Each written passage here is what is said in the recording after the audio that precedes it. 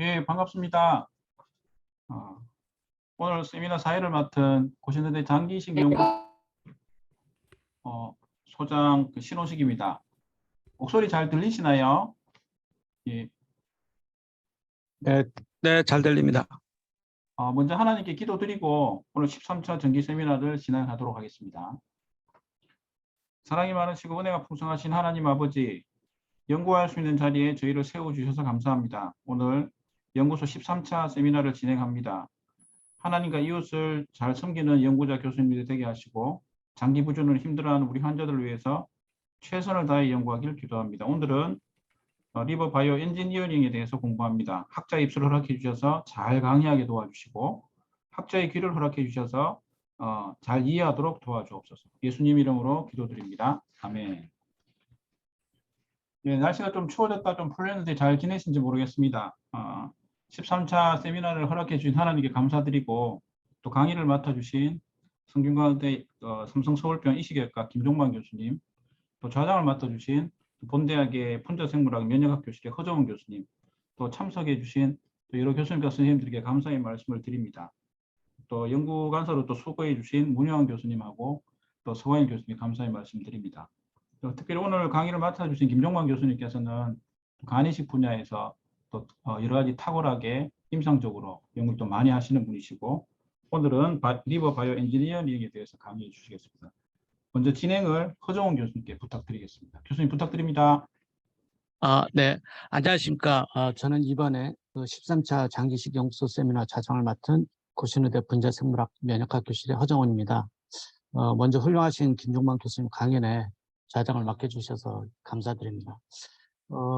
김종만 교수님을 간단히 양력을 소개해드리자면은 고려대학교 의과대학에서 학사, 석사, 박사 과정을 마치셨고 고려대 의료원에서 수련의 전공의 과정을 거쳐서 삼성 서울병원에서 지금 현재 성균관의과대학 외과학 교수로 재직하고 있습니다. 애플 2030 정보위원장을 맡으시고 대한간학회 편집위원, 대한이식학회 이사, 한국간담체학회 등에서 연구위원, 편집위원 등으로 아주 활발하게 학회 활동을 하고 계십니다. 오늘은 리버 바이오 엔지니어링이라는 제목으로 발표를 해주겠습니다. 자, 그럼 교수님 강의 부탁드립니다. 예, 소개 감사합니다. 제 발표 자료는 화면 공유로 띄우도록 하겠습니다, 선생님. 예.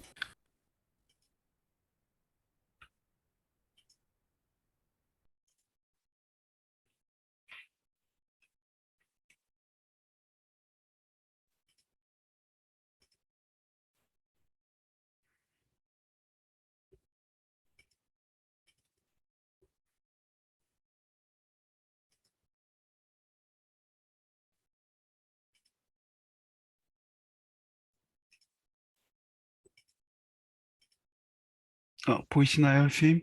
예, 보입니다, 교수님. 예, 예.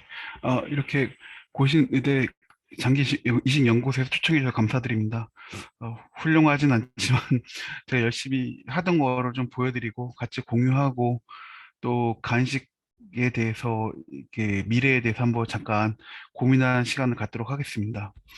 저는 제 소개를 하자면 저는 삼성서울병원 이식외과의 김종만입니다. 주로 하는 일은 아까 소개한 것처럼 간암, 간종양 및 간이식을 주로 하고 있습니다. 오늘 발표할 내용은 리버 바이오 엔지니어링이고 뭐 그 허정훈 교수님처럼 굉장히 베이직 리서치를 열심히 하시는 분이 보시기에는 굉장히 낮은 수준이지만 이 클리니션 입장에서는 한번 해보고 싶었던 연구였고 이런 것도 미래에 아마 이식에 도움이 되지 않을까 해서 잠깐 보여드립니다. 예, 발표하도록 하겠습니다. 다 아시다시피 우리나라 간식을 기다리는 환자들은 굉장히 많습니다. 다 알다시피 매년 등록하는 환자는 6천에서 7천 명 정도. 그러나 내사자는 굉장히 턱없이 부족해서 한 400에서 500명. LT 건수는 조금씩 계속 증가하고 있지만 전반적으로 1년에 우리나라에서 하는 간식 건수 한 1,500명 정도 하고 있습니다. 이 중에 대부분 한 1,100명 정도는 LDLT 거고 DDLT는 한 400명 정도 되는 것 같습니다. 그래서 우리나라는 어쩔 수 없이 굉장히 전 세계적으로 볼 때 비이상적으로 LDLT를 가장 많이 하는 나라입니다. 현재 그 LDLT 환자들과 또 우리 사용할 수 있는 간이 부족하다 보니까 아시아권, 특히 아시아에서, 한국에서 제일 많이 하고 있습니다.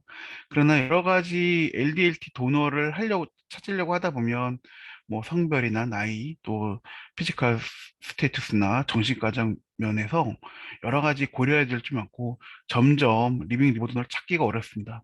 아래 피겨를 잠깐 보여드리면, LDLT 건수는 계속해서 증가하고 있는데, DDLT도 여러 가지 노력을 해서 많이 증가해서 2016년에는 거의 35%까지 했습니다. 그러나 2016년에 약간 방송에서 뇌사자 관리에 약간 문제가 터지면서 그 DCS 도너 건수가 좀 줄게 되고 따라서 DDLT로 줄게 돼서 현재 25% 정도는 DDLT, 나머지 LDLT를 주로 하고 있습니다. 우리나라에서는.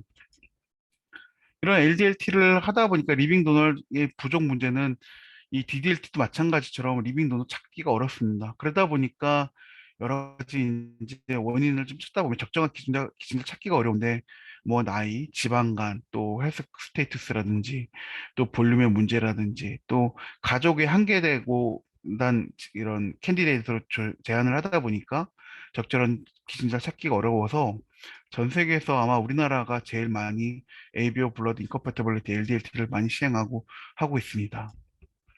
잠깐 좀 보여드리면 우리 병원에서는 현재 2016년부터 2018년까지 이제 최근에 LT한 환자들의 아웃컴을 잠깐 보면 LDLT는 거의 3년 서바이벌 95%, DDLT는 80%인데 DDLT는 우리나라 상황상 거의 그 멜데스코어 40점 만점을 받아야 DDLT 받을 정도 환자 상태가 안 좋다 보니까 이식 후에 경과가 좋지 않아서 이런 차이가 좀 생기는데 거의 요새는 LDLT 하고 나서 거의 스스로 문제로 사망하는 환자는 별로 없는 것 같습니다. 잠깐 AB 인컴패터블 LDLT 잠깐 보여드리면 우리나라는 이런 혈액형 부족 문제라든지 또 기증자 마땅 기증자 찾기 어렵다 보니까 이 혈액형 문제를 극복하고자 AB 인컴패터블 LDLT를 했고 이 2009년부터 해서 계속해서 늘어서 현재 2008년부터 2019년까지 ABM 컴퓨터 LT가 15.2%를 했는데 최근에 2017년 거의 전국 통계를 보면 거의 30% 정도로 굉장히 많은 환자들이 ABM 컴퓨터 LDLT를 하고 있습니다. 근데 이 ABM 컴퓨터 LDLT는 많은 부분에서 극복을 했다고 하지만 여전히 디퓨저 바이덕트 컴플리케이션이나 여러 가지 리버 네크로시스 등의 문제가 생길 가능성이 항상 있기 때문에 ABO 컴패터블 LDLT보다는 조금 조심해서 해야 되는 것 같습니다. 우리 병원 잠깐 ABO 인컴패터 LDT 성적을 잠깐 보여드리면 5년 성적과 컴패터블과 인컴패터블 비교해보면 5년 환자의 서바이벌은 80%로 거의 비슷해서 ABO 인컴패터블과 컴패터블 똑같다라고 항상 얘기를 하지만 ABO 인컴패터블은 여전히 많은 해결되지 않은 문제들이 있습니다. 잠깐 2014년 OPTN 데이터를 잠깐 보여드리면 미국에 가서 매년 한 15,000명 환자가 등록을 하고 있고 이 중에 10,000명 정도가 매년 등록을 하고 있으며 또 10,000명 정도가 제외가 되고 있습니다. 대부분의 원인을 잠깐 보면은 LT를 받는 사람이 5,000명, 그다음에 LDLT 받는 사람이 1,900명 정도, 아니 190명 정도고 대부분 여러 가지 이유로 사망하거나 못 받거나 그러고 있습니다. 그래서 이런 뇌사자 건수는 더 이상 조금씩 늘고 있지만 그래도 그에 비해서 미국도 마찬가지로 유럽도 마찬가지겠지만 이 LT 건수는 더 이상 증가하지 않고 있습니다. 대체제로 제가 옛날에 생각할 때 리버를 좀 만들어서 사용해서 할 수 있다면 이런 리버 쇼티지, 뭐 키드니, 판크레아스, 렁, 하트 마찬가지겠지만 이런 문제를 좀 해결해 볼 수 있지 않을까라는 개인적인 생각을 했습니다. 그리고 미국 데이터를 잠깐 보여드리면 미국에서는 이 환자의 서바이벌을 보면 여러 가지 이제 8년째 서바이벌 굉장히 낮아지고 있습니다. 우리나라와 상황이 좀 다르긴 하지만 리버 같은 경우는 8년 서바이벌이 60% 이하가 될 정도로 굉장히 성적이 좋지 않은데 그 이후로는 어큐트 리젝션이라든지 임무 서프레션의 사이드 이펙트 때문에 이런 걸 인해서 리버 토러런스를 뭐 유지하고자 많은 스터디를 하지만 이런 것들이 결국에 그라프트 서바이벌을 감소시킨다고 알려져 있습니다. 그래서 이 솔리드 오간 트랜스플란테이션에서 지금 현재 트리트먼트 스트래티지 변화를 잠깐 생각을 해보면 임상하는 외과 의사 입장에서는 지금 오건 트랜스플란테이션에 대해서 굉장히 연구를 많이 하고 있고 또 한 7, 8년 전부터 오건 톨러런스에 대해서 연구를 많이 하고 있습니다. 이 톨러런스가 해결되면 아까 같이 리젝션이라든지 여러 가지 임무서프리 사이드 이펙트를 예방해서 환자의 서바이벌을 올릴 수 있다고 생각하기 때문에 굉장히 관심을 갖고 많이 하고 있지만 그 다음 넥스트 스텝은 결국에 리제너럴 메디스를 통해서 오건 바이오 엔지니어링이 아마 중요한 이슈가 되지 않을까 생각을 합니다.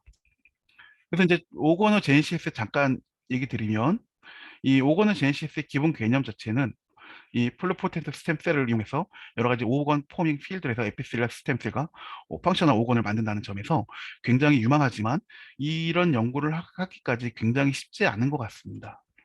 그래서 최근에 보면 에피셀러 스템셀과 메세킹 스템셀을 조합을 해서 바이오 엔지널 오건 셀을 이용해서 투스라든지 헤어 폴리클, 셀리버리 그랜드, 라크리마 그랜드 같이 굉장히 우수한 성적과 연구 결과를 보고하고 있지만 아직까지 펑셔널한 솔리드 오건을 만드는 건 아직 한계가 굉장히 많은 것 같습니다.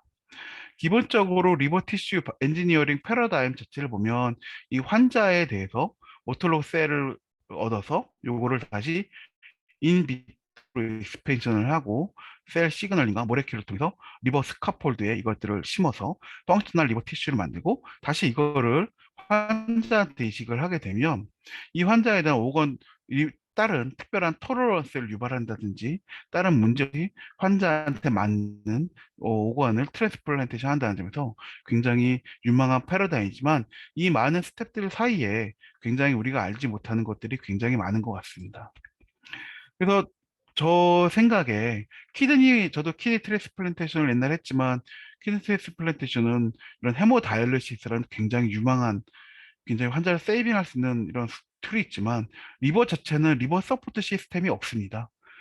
지금 뭐 마스라고 해서 나오지만 굉장히 단편적인 거고 그래서 리버를 서포트하는 시스템을 만들어 볼까 하는 이제 생각을 했고 이거에 대해서 이제 생각을 하자면 결국에 리버 페일러의 치료에서 사용을 할 수 있고 또 헤모다이알리시스처럼 익스트라 코프레아 서킷 시스템을 운용하고 그 다음에 여기 환자가 또 어큐트 리버 페일러 톡식인 경우나 이런 경우는 그 인저리부터 네이티브 리버가 리커버리 하는 동안 이 리버 펑션을 좀 버텨주면 되지 않을까. 또 이 환자들이 결국에 리버 트랜스플란트까지 이제 환자가 기간이 어느 정도 브리징 목적으로 환자가 굉장히 급속도로 나빠지기 때문에 이 2, 3일간 또 일주일간을 버텨주면 이시까지 연결되지 않을까라는 생각을 갖고 리버 서포트 시스템이 중요한 것 같습니다. 그래서 리버 서포트 시스템 필요성을 잠깐 보면 키드니와 달리 이런 리버는 아티피셜 서포트가 없어서 가장 크게는 결국에 리제너레이션과 오건 트랜스플란테이션을 위한 요 사이에 단계로 이런 리버 서포트 시스템이 필요하지 않을까 생각을 하고 있습니다. 바이오티피셜 리버 시스템, 보통 바이오티피셜 리버라고 하면 생체 간, 뭐 인공 간이라 해서 약간 간을 대체할 수 있는 것처럼 보이지만 사실은 바이오티피셜 리버는 아직까지 리버 서포트 시스템인데 기본 개념 자체는 환자의 피를 브러드를 빼서 플라즈마를 이런 헤파토사이트가 필업되어 있는 바이오리액터에서 필터레이션해서 기본적으로 다시 넣어주는 약간 헤모다이얼리시스 개념과 비슷한 개념이 되겠습니다. 지금까지 많은 바이오티피셜 리버 시스템이 연구되고 있지만 크게 할로우 파이버 시스템이란 포러스 매트리스 시스템, 우리 팀에서 하고 있는 인캡슐레이션 시스템으로 나눠져 있는데 많은 연구들이 있었고 지금 클리니컬 트라이얼도 하고 있고 우리 같은 경우 라이프 리버와 회사와 이런 라이프 리버라는 이런 연구 주제로 같이 이제 여러 팀들이 모여서 하고 있습니다. 그래서 지금까지 페이지 3 스터디 바이오티피셜 리버 시스템 보면 헤파어시스트 2000 같은 경우는 굉장히 많은 환자를 인로를 했고 근데 결국에 환자의 스터디를 보면 이제 결과가 좋지 않아 페일했고 일라드 같은 경우도 굉장히 유망한 연구라고 했지만 결국에 대상은 알코올릭 환자였고 203명 환자를 했습니다. 그러나 이것도 마찬가지로 페일해서 어떠한 지금까지 스터디도 바이오티피셜 리버 시스템이 유용하다는 건 증명되지 않았습니다. 그래서 아까 잠깐 기구를 보면 헤파페르시스나 리보엑스 2000, 헤파어시스트 22, 뭐 BLS 2라드, 뭐 AMC 8, 뭐 헤파어시스트 2000처럼 굉장히 많은 연구를 했지만 어떤 바이오아티피셜 리버 시스템도 현재 이용이 가능하지는 않습니다. 그래서 우리 팀은 약간 좀 달리해서 리버 페일리어 환자를 이런 이 톡식 플라즈마를 제거해서 역시 옥시젠과 헤파토사이트에서 바이오리액터를 만들어서 필터링해서 디소시피케이트 된 플라즈마를 넣어주는 개념을 했고, 이 헤파토사이트 바이오리액터는 이런 헤파토사이트와 둘러싼 칼슘 알지네이트 계열 매트릭스를 둘러싸서 어느 정도 이게 필터레이션 하는 바이오리액터를 만들어서 여러 가지를 이제 제기를 했습니다. 그래서 2012년 오래됐지만 굉장히 준비부터 오랜 시간이 걸렸는데 2012년 3월 27일 날 첫 번째 케이스 바이오티피셜 리버를 제 환자한테 했었고, 이때 이 굉장히 많은 디바이스를 갖고 했습니다. 환자는 잠깐 케이스를 잠깐 보여드리면 50세 남자였고 헤파타이tis B, 크리톤 그리고 리버 페일리어였고, 환자는 이머전시 LTT 필요했지만 LT가 폐지해야 됐지만 돈은 없었고, 그래서 라이프 리버에 12시간 했습니다. 그때 애드버스 이벤트는 어퍼제 블리딩이 있었는데 워낙 환자 상태가 안 좋다 보니까 여러 가지 이유로 블리딩이 있었고, 아웃컴은 환자가 결국에 그 이식을 못 받고 9일째 환자가 사망을 했습니다. 12월 세택식으로. 약간 환자 랩을 좀 보여드리면 암모니아는 감소했고, 그다음 멜드 스코어가 42점에서 34점, 헤파틱 에스프 그레이드도 조금 더 좋아진 추세를 보여서 어느 정도 이펙티브하다는 생각을 갖게 되었습니다. 두 번째 케이스 잠깐 보여드리겠습니다. 매일 47세고 헤파틱 B 환자고 어크톤 리버 페일리어 환자였습니다. 이 환자도 리빙 리버 도너가 없어서 결국에 이 연구에 등록을 했고, 애드버스 이벤트는 없었습니다. 환자도 굉장히 오랫동안 8일이면 굉장히 하루 이틀 만에 사망할 줄 알았는데, 이 뭐 바이오티피스 리버의 영향인지 아닌지 모르겠지만 8일째 이식 못 받고 환자가 사망을 했습니다. 잠깐 이분들 랩을 보면 이 파이브로넥이 조금 증가하고 암모니아나 토탈 비lum이 조금 감소하는 추세를 보였고, 멜드 스코어도 35점에서 29점으로 호전됐고, 헤파틱 엔스브 그레이드는 그레이드 3에서 변화가 없었습니다. 세 번째 케이스는 다행히 또 세 번째 케이스 바로 이어서 했는데, 매일 53세였고 헤파티tis B 환자였고 어큐트 온크론 리버 페일리어 환자였습니다. 이 환자 당연히 리빙 도는 없었고요. 애드버스 이벤트는 없었습니다. 환자는 다행히 이 라이프 리버 트리트먼트를 하고 나서 3일째 DDLT를 했고 지금까지 무사히 지금까지 생존하고 있고 특별한 문제가 없습니다. 많은 사람들이 그 바이오티피셜 리버의 그 헤파토사이트가 퍼사인 리버이기 때문에 그 인펙션을 굉장히 걱정을 했는데, 지금까지 10년 동안 이런 여러 가지 인펙션 없이 살고 있는 거 보면 이런 돼지 픽에 대한 문제는 없는 것 같습니다. 이 환자 당연히 성무적 LT를 했습니다. 이런 잠깐 보면은 암모니아는 꾸준히 유지됐고 빌리루빈도 증가하지 않았습니다. 그리고 멜드 스코어 35점, 29점, 헤파틱 엔서그레이드는 차이가 없었습니다. 다행히 DDLT로 성공적으로 치료가 돼서 저희가 이렇게 그 이후로 여러 케이스를 했지만 이런 관 환자를 살릴 수 있다는 거에서 홍보도 했고 추후 연구도 계속 진행 중에 있습니다. 그러나 이런 바이오tip시 리버는 근본적인 문제를 해결하지 못합니다. 결국에 문제는 결국에 간을 만들어야 되기 때문에, 그러던 와중에 이제 네이처 바이오테크놀로지의 그 W폼에서 이 3D 바이오 프린팅 시스템을 통해서 여러 가지 본이라든지 머슬, 또 그 다음에 이런 본을 만드는 연구를 3D 프린팅을 했고 한 것을 성공적으로 보고를 했습니다. 그러나 이런 오건 바이오 엔지니어링도 3D 프린팅을 해볼 수 있지만, 이런 오건 3D 바이오 프린팅에서 셀 베이스드에 대한 3D 프린팅은 이 셀을 쌓다 보면 조건을 맞추기도 어렵지만 이런 스카폴드나 이런 것들이 없기 때문에 그대로 눌러 앉는 문제가 생깁니다. 그래서 아직까지 뭐 오건 칩 같은 경우는 가능하다고 하지만 장기를 만든다는 건 아직까지 좀 어려운 것 같습니다. 그러나 여러 가지 많은 이제 미국의 하버드 팀이나 여러 가지 다른 이제 이런 메이오나 하버드 팀 같은 경우는 이런 이런 바이오 엔지니어 키드니를 만든다든지 또 여러 가지 바이오 엔지니어는 렁을 만드는 걸 하게 되는데, 이거의 가장 기본 개념은 결국에 디셀룰라이제이션을 통해서 스카폴드를 해결한다는 영미 굉장히 주목이 되었습니다. 그래서 다시 이제 리버 바이오인지로 다시 돌아가자면, 네이티브 포사인 리버 어 이런 이런 백본을 만들기가 어렵기 때문에 결국에 포사인 리버를 이용해서 디셀룰라이제이션을 하고, 이거에 대한 익스트라셀룰러 매트릭스를 스카폴드를 기본 삼아 환자의 셀을 시딩하고 다시 이거를 머추레이션 시켜서 이거 환자한테 다시 임플란테이션 하는 걸 기본 개념으로 현재 많은 팀들이 연구를 하고 있습니다. 잠깐 좀 보면 이 디셀룰라이제이션과 리셀룰라이제이션 프로세스 잠깐 설명해 드리면 네이티브 리버를 결국에 트루톤엑스나 SDS 솔루션을 디터전트를 이용해서 셀룰라이제이션 시키고 나서 이걸 다시 환자의 셀, 일부 오건이나 엔도셀룰 셀을 이걸 다시 임플란테이션 한 거를 리셀룰라이제이션 개념이라고 할 수 있겠습니다. 그래서 셀룰라 매트릭스에 잠깐 좀 보여드리면 왜 이슬라 셀룰라 매트릭스를 했냐라고 하면 가장 근본적인 셀이 시딩이 되려면 그 집이 있어야 됩니다. 그래서 이슬라 셀룰라 매트릭스는 여러 가지 각각의 티슈나 오건에 레지던트 셀에 의해서 여러 머티리얼에 의해서 분비가 되고 있고 또 주변 티슈와의 셀 커뮤니케이션 통해서 이퀴브리움을 계속 유지하면서 셀이 성공적으로 리셀룰라이제이션이 될 수 있게 합니다. 그리고 여러 가지 그로스 팩트나 다른 바이오 인덕티브 팩트가 있어서 이 셀 어태치먼트 및 티슈 인터그레이션, 리모델링이나 디벨롭먼트를 계속 촉진시킨다는 점에서 굉장히 유용한 오건이 굉장히 중요한 개념이라고 할 수 있겠습니다.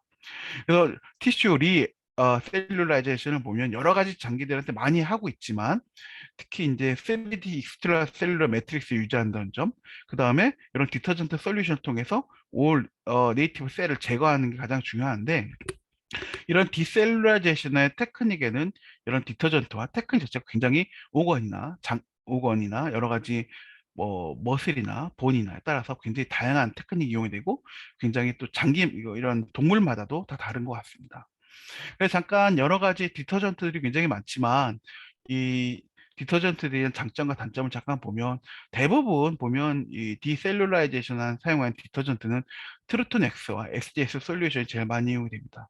이 트루톤 X 같은 경우는 굉장히 이런 진한 티슈에 굉장히 효과적이고 네, 비해서 이 SDS 솔루션은 굉장히 두꺼운 티슈에다 효과적인 것 같습니다. 그러나 개인적으로 사용을 해보면 SDS 솔루션은 너무 파워풀해 갖고 많은 장기의 익스트라 셀룰러 매트릭스를 좀 손상을 주는 것 같습니다. 그 여러 가지들이 이용이 되고 있지만 이런 것들은 장단점이 혼재되어 있어서 거의 사용되지 않습니다. 그래서 이 디터전트의 퍼퓨전을 하게 되는데 이 셀 리무벌에 가장 효과적이고 그 다음에 마이크로 아키텍처를 유지하는 데 가장 중요하다는 것을 목표를 하고 있고 이런 프레셔는 얼마큼 줄지에도 굉장히 다양한데 이 프레셔를 과하게 올리면 베스큘라 네트워크의 디스럽션, 펑처를 유발해서 셀 시딩이 안 된다는 점이 있어서 항상 플로우 레이트가 가장 중요합니다. 그래서 훌 리버 디셀루라이즈 메소드를 잠깐 보면 많은 팀들에서 페이퍼를 냈지만 주로 레빗을 주로 이용을 했는데 이 포사이드를 한 경우도 보면 각각의 이런 스페시즈에 따라서 프로토콜 타임이 굉장히 다양하게 할 수 있고 온도도 다양하고 그 다음에 퍼퓨전 인닛도 다양하고 그 다음에 디터전트 솔루션의 농도도 다 다르고 또 플로우 레이트가 프레셔도 다 달라서 어떤 컨센서스 자체가 없는 것 같습니다. 잠깐 좀 보여드리면 이 포사인 리버를 적출 하베스트를 했고 이거에 대해서 장기 적출을 해서 이런 거를 위해서 준비해서 디터전트를 위해서 이런 캐뉼레이션을 미리 준비를 해놓습니다.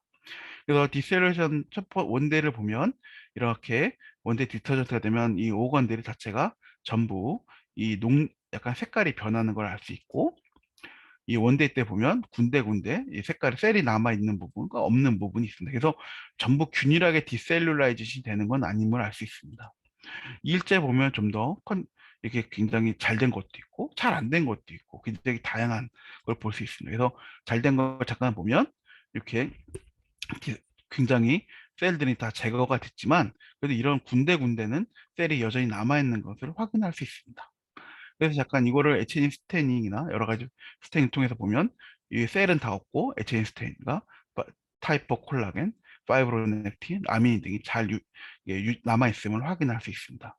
이 환자들의 DNA 양을 잠깐 보면 네이티브 티슈에 비해서 디셀이된 피글 리버에 보인 DNA 컨텐이 굉장히 많이 감소됐지만 여전히 DNA는 셀들이 조금 남아있는 것 같습니다. 이건 어쩔 수 없는 부분이고 이걸 다 없애면 결국에 익스트라 셀룰 매트릭스가 녹아버리기 때문에 사용을 할 수가 없습니다. 그래서 이런 익스트라 셀룰 매트릭스에 대한 프로테인에 대한 과정을 잠깐 또 다시 타입 콜라겐 1, 3, 4, 파이로틴, 라미닌까지 다 분석을 해보면 이런 것들이 잘 유지됨을 알 수 있고, 이런 것들이 결국에 이런 엔도셀리아 셀, 가장 중요한 혈관을 구성하는 엔도셀리아 셀이 어태치먼트하고 서포트하는 데 가장 중요하기 때문에 꼭 항상 체크를 해서 이런 것들이 잘 문제 없는지 유지하는 것이 중요합니다. 그리고 이제 그러면 이제 리버 아나토미를 가장 이해하는 것이 가장 중요한데, 리버 캐스팅을 잠깐 해보면 이 리버 자체 뭐 다 알겠지만 큰 혈관들만 있는 게 아니라 그거의 디테일한 조그만 혈관들이 중요한데, 이렇게 보면 요 파란색은 그런 포탈 베인, 이런 그린 컬러는 그 바일덕트인데 굉장히 섬세하게 이런 나뭇가지처럼 디테일한 구조들이 살아있음을 알 수 있고, 이런 것까지 다 살려야 결국에 리버 디셀룰라이제이션이 잘 됨을 확인할 수 있습니다. 키드니 같은 경우는 이렇게 아터리가 굉장히 촘촘히 되어 있어서 디셀룰라이즈 할 때 이런 과정들, 이런 구조들을 다 확인하고 살릴 수 있는 걸 목표로 해야 됩니다. 그래서 잠깐 SEN을 분석을 해보면 굉장히 잘 된 SEN을 보면 이런 마키로 아키텍처가 굉장히 다 살아있음을 알 수 있고, 이렇게 해서 셀 시딩이 잘 되는데, 오버해서 이렇게 디셀룰라이즈면 많은 매트릭스 아키텍처가 다 깨져 있음을 알 수 있습니다. 이런 경우는 거의 큰 혈관들만 살아있기 때문에 이런 경우는 셀 시딩도 되지 않고 문제가 굉장히 많이 발생할 수 있습니다. 그래서 이런 바이오 스카폴드를 결국에 이 임플란테이션 하면, 이렇게 임플란테이션 수술 테크닉으로 이제 성공적으로 임플란테이션 하면 결국에 이런 것이 바로 스럼보시스 생겨서 이건 바로 이용이 안 되게 됩니다. 그래서 리엔도셀룰라이제이션 과정을 통해서 헤파토사이트가 그런 스럼보시스 안 생기게 막아야 되는데, 이렇게 보면 리엔도셀룰라이제이션 하지 않고 그냥 셀 매트릭스만 임플란테이션 하면 거의 다 스럼보시스가 생겨서 사용을 못 합니다. 그래서 리엔도셀룰라이제이션 개념이 이제 가장 중요한데, 이걸 보면 디셀룰라이제이션하고 엔티바디 컨주게이션 이용해서 이런 것들이 헤파틱 블러드 베슬에 붙을 수 있게 컨주게이션하고, 여기에 다시 요 엔도셀리움을 다시 어태칭을 해서 이런 바이오렉트에서 이제 머추레이션 시켜서 임플란테이션을 하게 되는데, 여기서 보면 결국에 엔도셀러 셀은 결국 환자한테 얻는 것이 가장 중요하고, 이걸 다시 아이솔레이션하고 컬처에서 이거 프로리퍼레이션 시켜서 이것들을 다시 임플란테이션 하는 게 중요합니다. 근데 대부분 저는 잘 못해갖고 항상 인펙션이 되고 잘 안 되더라고요. 그래서 잘 하시는 이뮤놀로지 하신 교수님 같은 경우는 잘 하실 거라 믿습니다. 그래서 잠깐 이 보면 바이오 리액터라는 게 아직 프리미티브한 것 같습니다. 뭐 다 알다시피 주라식 파크를 보면 동물을 키워내고 하는 거 결국에 바이오 리액터인데, 아직 그만한 조건을 만들어내기는 아직 어려운 것 같고, 결국에 이런 여러 가지 뭐 바이오 리액터에다가 이런 디셀룰라 매트릭스에다 이용해서 셀들을 엔티바디와 엔도셀룰라 셀을 계속해서 컨티뉴스하게 돌려서 엔도셀룰라이제이션을 하게 되는데, 이걸 보면 잘된 케이스 잠깐 보여드리면, 포탈 베인을 보면 이렇게 포탈 베인 엔도셀룰라 셀 라이닝이 쭉 됨을 확인할 수 있고, RBC도 쭉 깔리는 걸 알 수 있습니다. 이렇게 사용하게 되면 결국에 가장 문제가 되는 오건 트랜스플란테이션 했을 때 스럼보시스를 예방할 수 있지 않을까 생각을 하게 됩니다. 그러나 이렇게 어폴로바 로울롭의 그 여러 가지 군데군데 잘라보면 디테일하게 아래까지 깊은 혈관까지는 엔도셀룰라 라이닝이 잘 안 됩니다. 그래서 큰 혈관들은 문제가 없지만 작은 혈관들은 여전히 이 엔도셀룰 라이닝이 잘 안 되다 보니까 스럼보시스가 발생할 확률이 굉장히 높습니다. 그래서 이게 이런 형광 임료 스테이닝을 보면 엔도셀 라이닝이 잘 된 걸로 확인할 수 있었습니다. 그래서 리버 그래프트의 제네릭 리버 그래프트, 지금까지 디셀룰라이제이션, 리셀룰라이제이션까지는 뭐 할 수 있다라고 하지만, 리셀룰라이제이션 과정도 아직도 명확한 단계가 있는 것도 아니고, 디베스큘라이제이션 당연히 어렵습니다. 그리고 이 펑셔널 리버그래프를 만든 임플란테이션도 또 다른 개념인 것 같습니다. 왜냐하면 그 리버 안에는 굉장히 많은 셀들이 있고, 여러 가지 구조나 여러 가지 또 블러드 플로만 흘러갈 게 아니라 키드니나 리버는 마찬가지처럼 신세치스 기능이 있어야 되는데 그것까지 아직 증명이 되지 않았습니다. 그래서 디셀룰라이제드 스카폴드를 이용한 리버 바이오엔지니어링을 잠깐 보면, 아직까지 디셀룰 메소드에 대한 정확한 아이덴티피케이션 통계 방법, 정확한 스탠다드도 없고, 그다음에 스템셀을 어떻게 분리해서 어떻게 넣어서 어떻게 해서 익스펜션 할 건지, 또 이런 것들을 어떻게 티슈 프리저베이션, 현재는 지금 장기는 얼음물에 넣어놓고, 또 최근에는 머신 퍼퓨전 통해서 장기를 보존한다지만, 이런 장기를 어떻게 보존할지, 장기간, 또 애니멀 모델의 트랜스플란테이션 해야 되는데 이걸 어떻게 평가를 할지, 돼지 같은 경우는 이런 굉장히 관리하기 어렵고요. 이뮤노로지 리스폰스, 이 셀을 환자한테 쓴다고 하지만 결국에 돼지의 이런 돼지나 다른 장기, 다른 오건의 다른 스페시스를 통해서 이런 스카폴드를 디셀로에이션 쓰게 되면 어떤 이뮤노로지 리스폰스를 보여준지 또 아는 바가 없어서 아직까지 해결해야 될 문제가 많고, 많은 사람들이 지금까지 많은 연구에서 통해서 지금 뭐 보여주고 있지만, 그 최근 뭐 굉장히 어려운 점이 많습니다. 최근에 올해 2022년 미국 이식학회에서 굉장히 큰 두 가지 연구를 이제 발표를 했습니다. 그래서 TV도 나오고 했지만, 제노 트랜스플란테이션, 결국에 피그를 입에서 하트와 그 다음에 키드니를 했을 때 어떤 효과가 있는지 이미 증명을 했고, 아마 이런 식으로라도 문제를 해결하는 것이 아마 이런 오건 트랜스플란테이션 바이오 엔지니어링의 미래가 되지 않을까 생각을 합니다. 하지만 제 생각에 여기는 이제 블루리지 웨이인데, 뭐 가보신 분들 가보셨겠지만 이 블루리지 웨이가 굉장히 옛날 강릉, 어렸을 때 강릉 가던 길이 굉장히 산등성이 돌고 돌아 계속해서 가는데, 이것처럼 한 치 앞을 모를 정도로 앞을 알 수가 없습니다. 아마 리버 바이오 엔지니어링, 특히 이제 오건 바이오 엔지니어링은 장기를 만든다는 목표를 갖고 있지만 여전히 갈 길도 멀고, 해야 될 난제도, 해결해야 될 난제도 많고, 뭐 아직까지 장기를 만들 수 있다 말하기도 어려운 것 같습니다. 그래서 앞으로 많은 선생님들이 더욱더 연구를 많이 해야 이식이 필요한 많은 환자들한테 도움이 되지 않을까 생각합니다. 네, 경청해 주셔서 감사합니다. 네, 감사합니다. 좋은 발표 잘 들었습니다. 저도 사실은 그 NIH 있을 때 그 줄기세포를 헤파토사이트로 분화시킨 다음에 리버 트랜스플란테이션 하는 그런 실험을 했었는데, 다시 그때가 또 아련하게 추억처럼 떠오르네요. 지금 그 김종만 교수님께서 그 리버 트랜스플란테이션의 어떤 하나의 방법으로서 여러 올간을 만든 방법 등에 해서 이제 발표를 해주셨습니다. 혹시 질문 있으신 분들은 자유롭게 질문해 주시기 바랍니다. 교수님, 저 신호식입니다.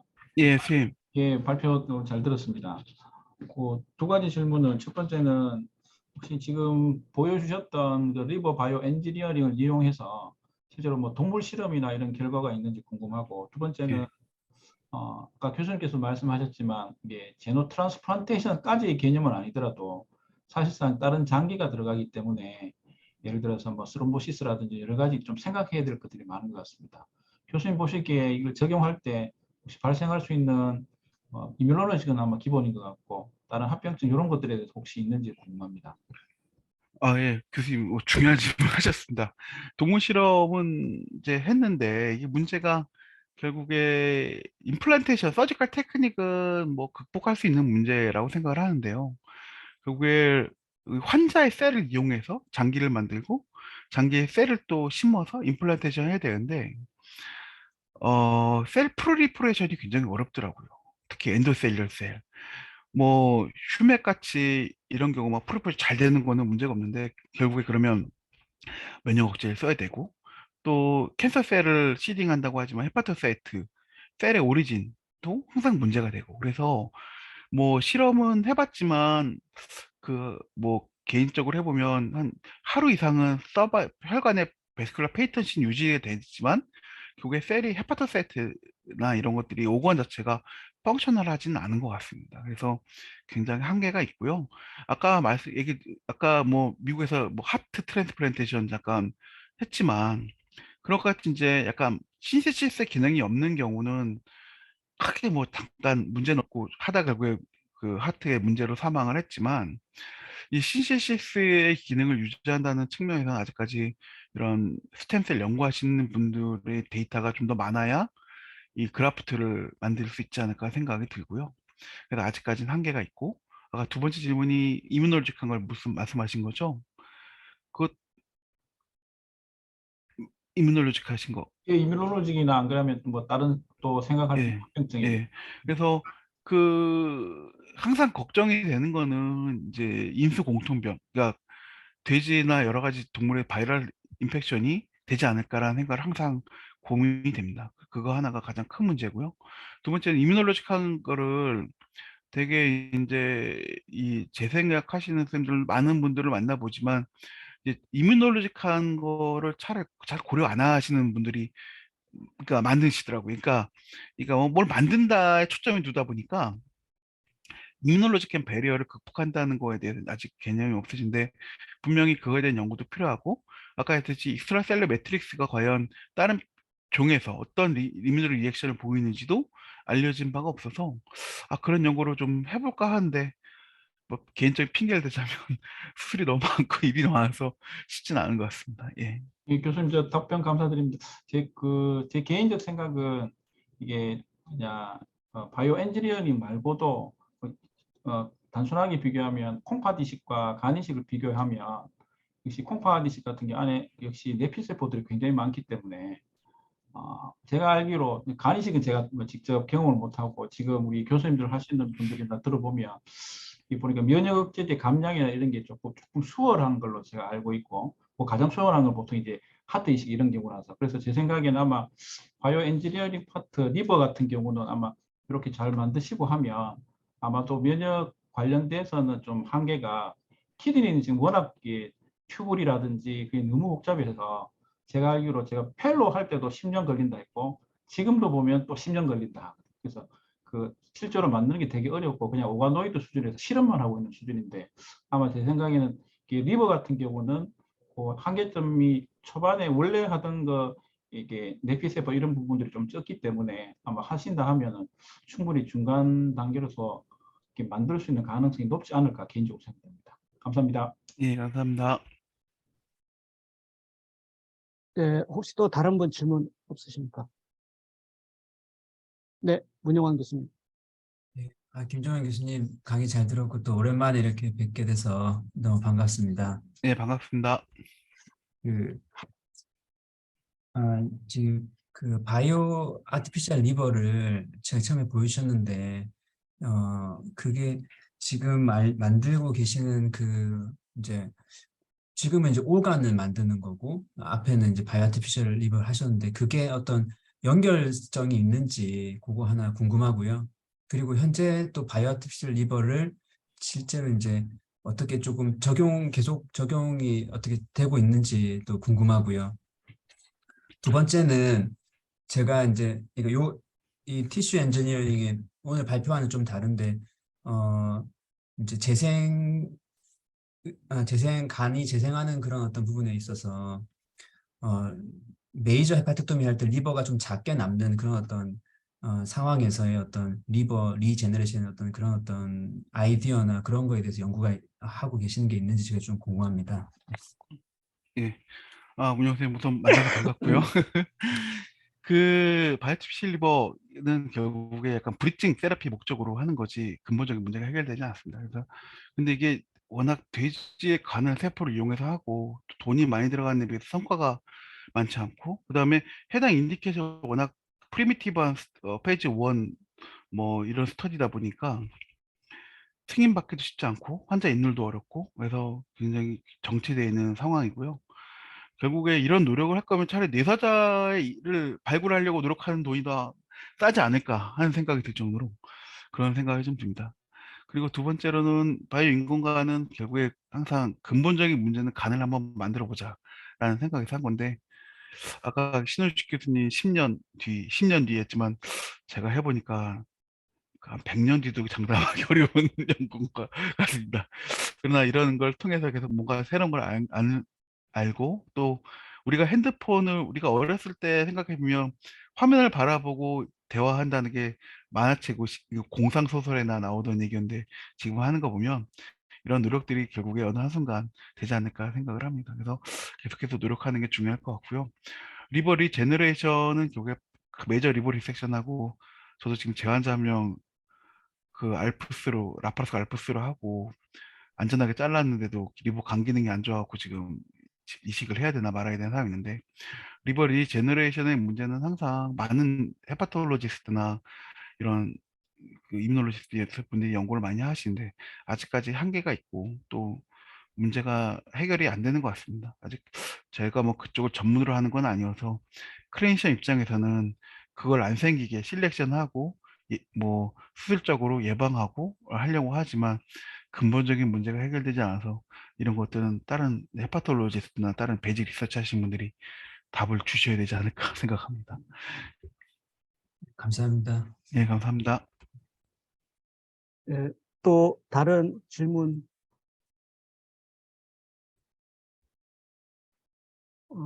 그 제가 한 가지 뭐 질문 좀 이제 저는 이제 제가 이제 줄기세포를 연구하고 있습니다. 줄기세포를 연구하고 있어가지고 아까 김종만 교수님께서 아까 잠깐 언급하셨는데 이제 디셀룰라이제이션 시켜가지고 다시 세포를 넣어서 리셀룰라이제이션 시킬 때 어떤 세포가 자라는, 특히 엔도셀리아 셀 같은 경우에는 뭐 세포가 증식이 어렵다라고 말씀하셨는데, 최근에 원래 저도 이제 줄기세포를 이렇게 세포에서 배양을 해보면은 줄기세포의 특징 중에 하나가 이게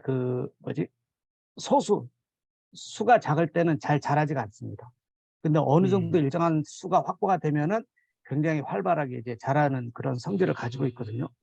근데 저는 이 강의를 들으면서 이 간 자체가 굉장히 볼륨이 큰데 그거를 디셀룰라이제이션 시켜서 단순히 어떤 세포를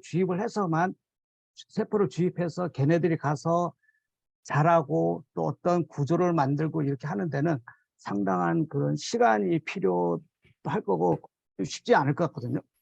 그래서 요즘 아까 얘기한 오가노이드 기법이라는 것은 세포를 이용을 해서 어떤 완전한 장기를 만든다기보다는 특히 이제 리버 같은 경우는 좀 오래전부터 그런 오가노이드 연구가 되어 있었는데, 그러니까 이제 싱글 셀을 아니고, 그러니까 스템셀을 이용해서 리버 오가노이드를 만드는데 파티클 형태로 어느 정도 크기가 확보돼.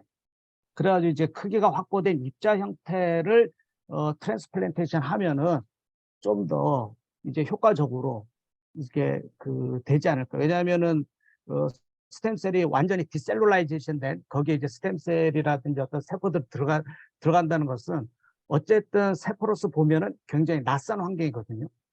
낯선 환경에 싱글셀 혼자가 가서 자기가 뭔가를 해야 되는데 싱글셀을 말고 올가노이드 형태로 어떤 미리 인비트로에서 약간 매니플레이션 해서 올가노이드 형태로 가면은 올가노이드 형태로 되면은 표면에 있는 어떤 세포들은 못하더라도 그 안에 있는 세포들은 어느 정도 이게 성장 능력이 확보가 된다는 거죠. 그래서 그런 어떤 방법도 있을 것 같다는 생각이 들고, 두 번째로는 디셀룰라이제이션 시킨다는 게 리버에 있는 혈관에 있는 혈액세포, 저는 이제 퍼퓨전을 해가지고 헤파토사이트 아이솔레이션 할 때 셀룰라제를 퍼퓨전해서 하는 퍼퓨전 그런 실험을 많이 했었거든요.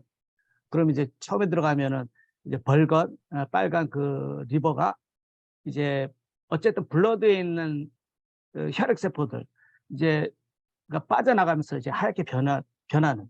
그래서 이제 저희는 이제 리버 색깔을 보면서 혈관에 있는 적혈구들이 다 빠져나가냐 안 나갔느냐를 그걸 하는데, 그랬을 경우에는 혈관에 있는 세포들을 다 빼내는 개념인지 아니면은 헤파토사이트, 즉 매트릭스를 ECM을 제외한 나머지를 다 제거하는 개념인지 그게 좀 네. 궁금하거든요.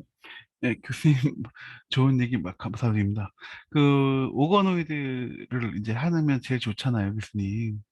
저도 오거노 잘 모르는데 제가 개인적으로 하다 보니까 리셀룰라이제이션 말은 쉬운데 리셀룰라이제이션이 잘 안 됩니다.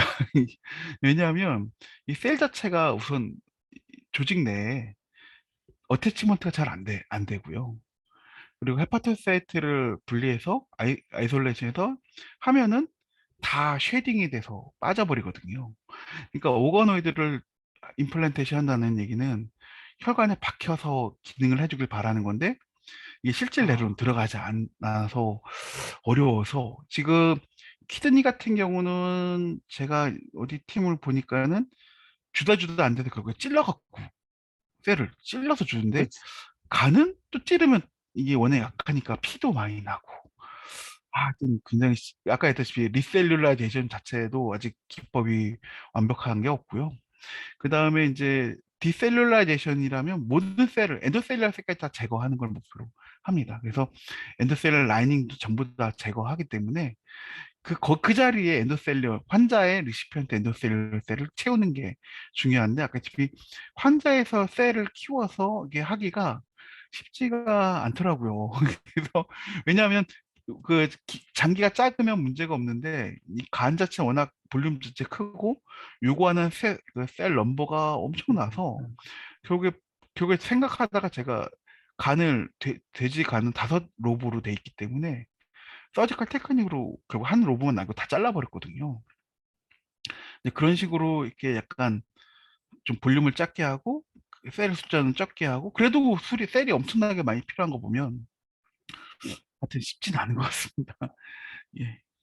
제가 제안하는 것은 그 디셀룰라이 저기 뭐지 그 혈관으로 올가노이드를 혈액을 통해서 퍼퓨전 시킨다는 게 아니고 예. 아까 지금 그 교수님 기법에 디셀룰라이제이션 완전히 다 시켰어요. 예. ECM만 남았을 때 예. 그거를 뭐 어떤 형태인지 모르겠지만은 그 스템셀에 있는데 그걸 담가서 거기서 세포들이 자라도록 하지 말고 예. 올가노이드 형태로 그거를 해서 담그라는 거죠. 올가노이드 형태로. 제가 잘 몰라서 알겠습니다. 감사합니다, 선생님. 제가 예, 혹시 또 예. 다른 질문 없으십니까? 다른 질문 없으시면 오늘 그 김종환 교수님 너무 새로운 또 그런 연구에 대해서 잘 강의를 들었습니다. 자, 제 임무는 이거를 마치고 신우치 교수님한테 마이크를 넘기겠습니다. 예, 오늘 또 강의해 주신 김종만 교수님, 또 저장 맡아주신 허정훈 교수님께 감사의 말씀을 드립니다. 오늘 또 리버 바이오 엔지니어링에 대해서 또 생각해 볼 수 있는 참 좋은 시간이었습니다. 광고 말씀 좀 드리겠습니다. 김종만 교수님 공유하신 것 좀 해제만 좀 부탁드리겠습니다. 예, 죄송합니다. 천천히 하시면 되겠습니다.